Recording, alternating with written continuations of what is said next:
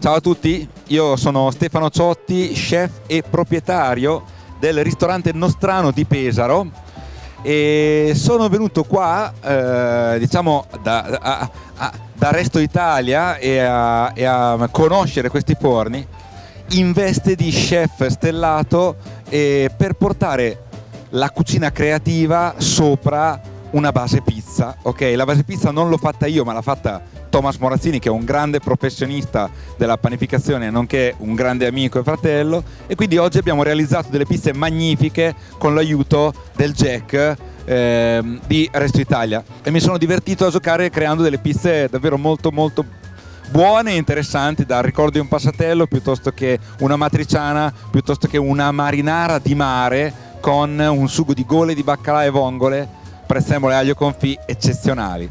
Parlando non solo da cuoco, da chef, ma anche da manager e imprenditore, dico che aver conosciuto questo tipo di forno è stato molto importante per me. Questo forno ti permette di lavorare con 8 zone diverse tra sopra e sotto, quindi 4 sopra e 4 sotto. Posso decidere di spegnerne 2 sopra e lasciare accese quelle sotto. Ho meno gente oggi al ristorante, in pizzeria, e quindi lavoro magari con solo le zone dietro. Poi mi aumenta e posso decidere di riaccenderle, ok? Oppure posso decidere di utilizzarla per scopi diversi. Dietro ci cuocio una pizza e magari ho bisogno di rigenerare una cosa davanti che ha bisogno di un calore inferiore.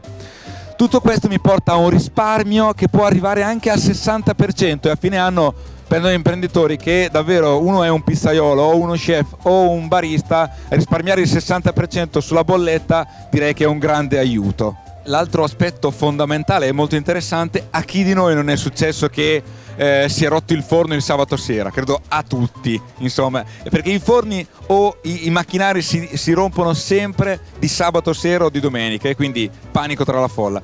In questo caso, essendo 8 zone che si accendono e si spengono singolarmente, se mi salta qualcosa posso andare a controllare una per una, le accendo e vedo se quale non funziona, spengo quella che non funziona e posso continuare a lavorare con tutte le altre, quindi eccezionale, veramente.